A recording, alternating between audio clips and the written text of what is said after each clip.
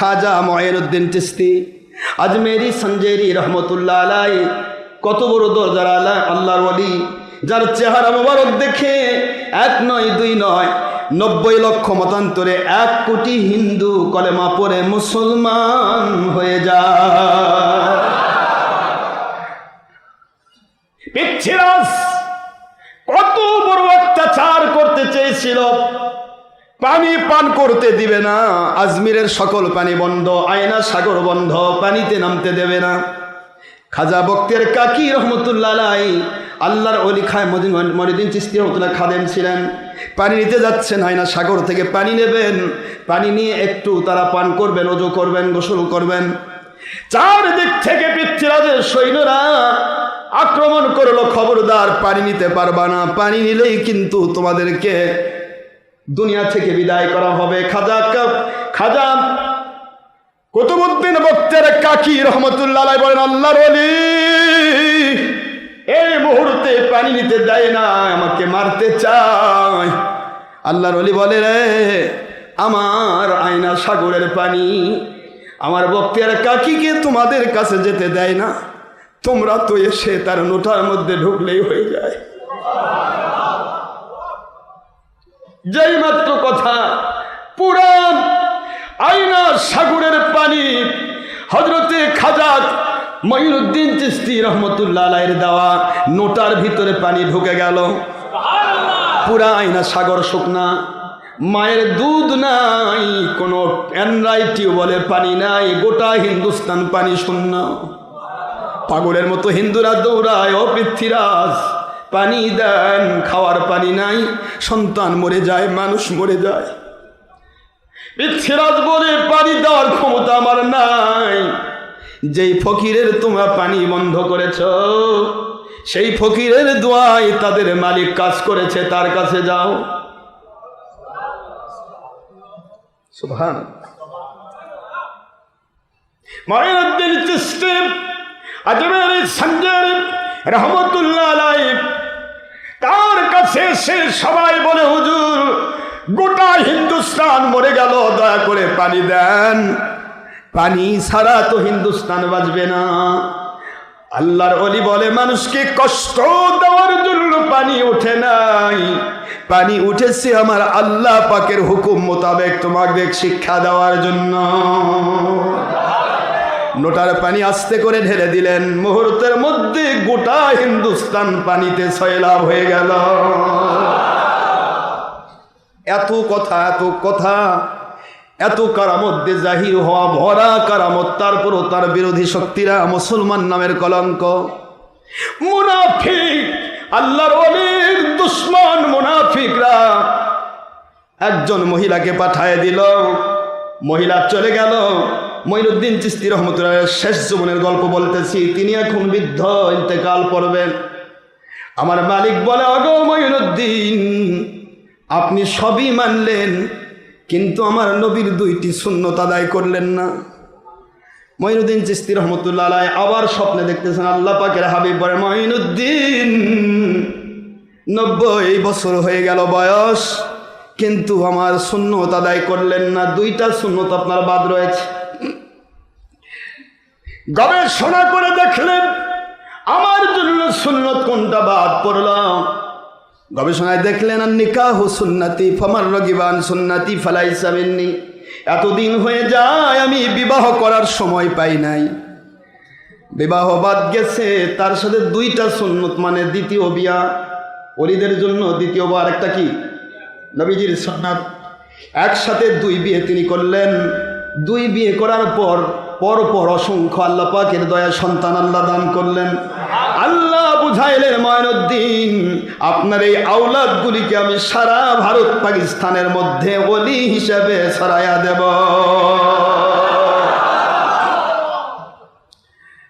মুঈনুদ্দিন চিশতি রহমতুল্লাহ আলাইহি সব কিছু কমপ্লিট করার পর এবার বৃদ্ধ বয়স, পৃথ্বীরাজ তো বিদায় হয়ে গেছে, কত রাজা গেল, কত প্রজা গেল। শামসুদ্দিন আলতামাস রহমতুল্লাহ আলাইহি তিনি সুলতান মুঈনুদ্দিন চিশতি রহমতুল্লাহ আলাইহি খাস মুরিদ। সুবহানাল্লাহ। বুঝলেন কিছু? যিনি আসলেন সানজার থেকে, ইরানের সানজার, এসে এখানে সুলতান হয়ে গেল তার মুরিদ। হিন্দুস্তানের সুলতান শামসুদ্দিন আলতামাস রহমতুল্লাহ আলাইহি তিনি বলেন, হুজুর আপনার জীবনটা এমন ভাবে গড়া, আপনি আমার নবীর সুন্নাহর বাইরে চলেন না। আমি বড় নিজেকে ধন্য মনে করছি যে আমি এমন একজন ওলির গোলাম হতে পেরেছি। হঠাৎ করে একদিন আলতামাস, সুলতান আলতামাস, সে হলো শামসুদ্দিন আলতামাস রহমতুল্লাহ আলাইহি, তিনি মসনদে বসে আছেন, বিচার কার্য চলছে। পার্শ্বে শোনা যায় এক মহিলার শব্দ, শোরগোল করে কাঁদতেছে। ডাক দেওয়া হলো, তাড়াতাড়ি করছি আমি, কষ্ট হচ্ছে আপনাদের? ডাক দেওয়া হলো, নিয়ে এসো মহিলাটাকে।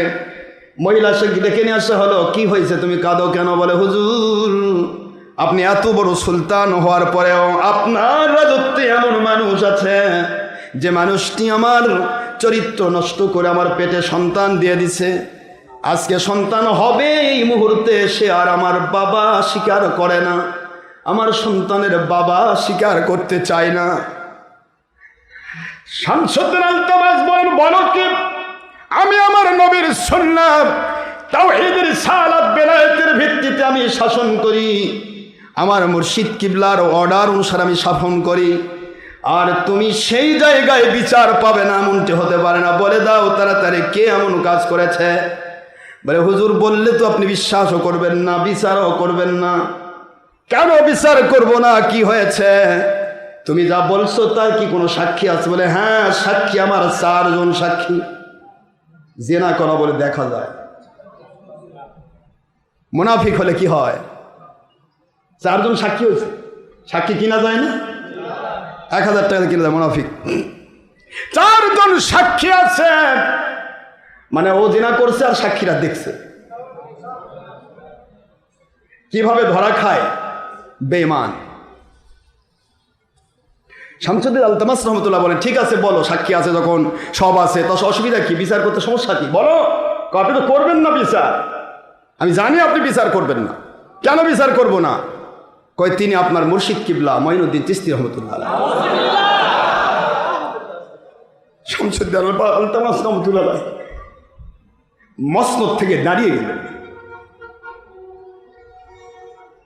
এই নাদান মূর্খ মহিলা বলে, কি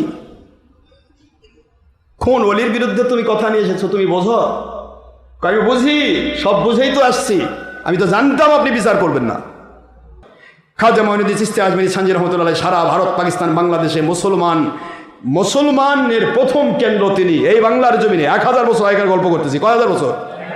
1000 বছর আগে, 550 হিজরিতে তার জিন্দেগি, 1000 বছর প্রায়।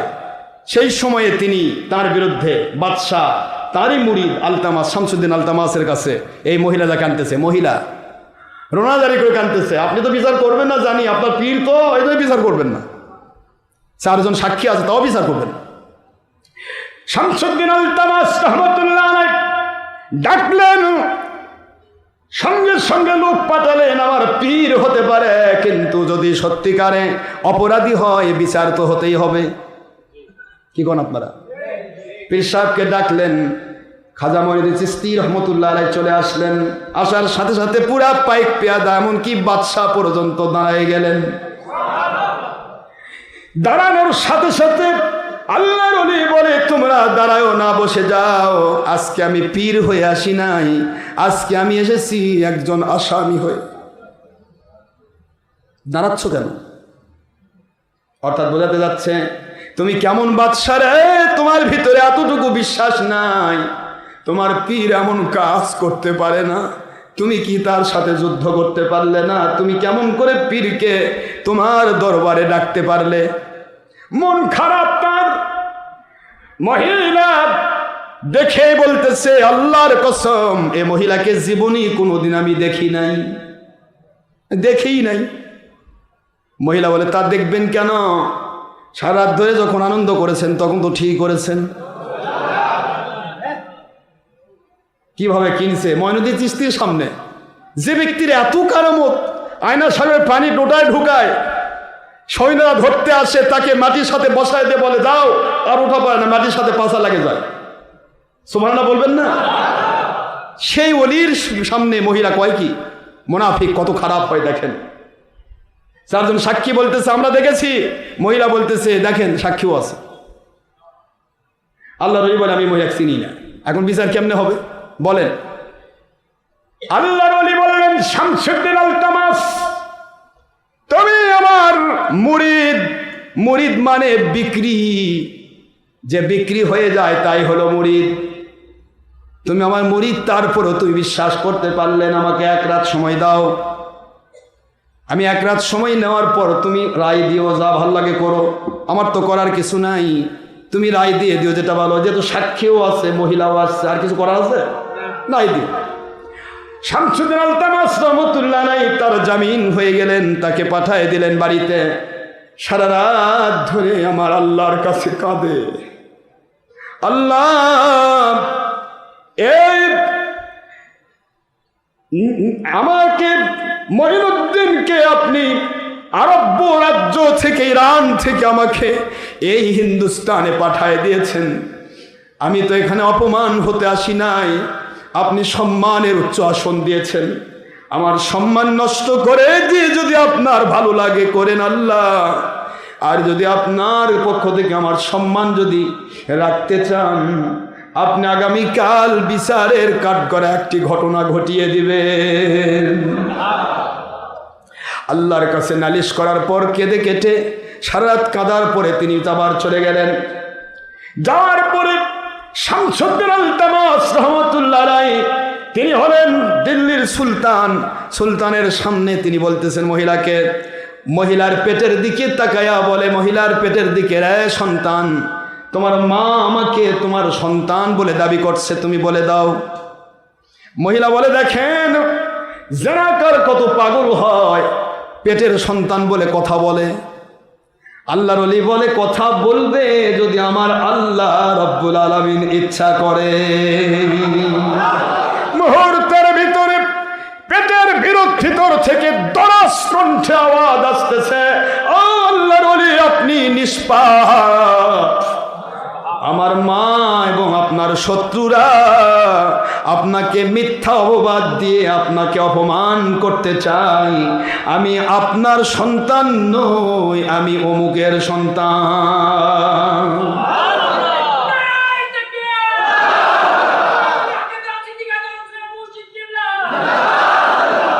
এবার আপনার বুঝলেন কয়টা ঘটনা শুনলেন? মনে থাকবে? হ্যাঁ, জুরাইল দরবেশ, সহিহ বুখারী। মরিন চিশতি রহমতুল্লাহ ঘটনা শুনলেন, মুসা আলাইহিস সালামের ঘটনা শুনলেন, এটাও সহিহ হাদিসের হাদিস। তারপর আমার নবী পাক সাল্লাল্লাহু আলাইহি ওয়াসাল্লামের বিষয়ের ঘটনা তো কোরআন শরীফ বাণী। কথা কি বুঝতেছেন? তা এখন এগুলি ঘটনা কি বুঝলেন আপনারা? কি বুঝলেন বলেন তো দেখি।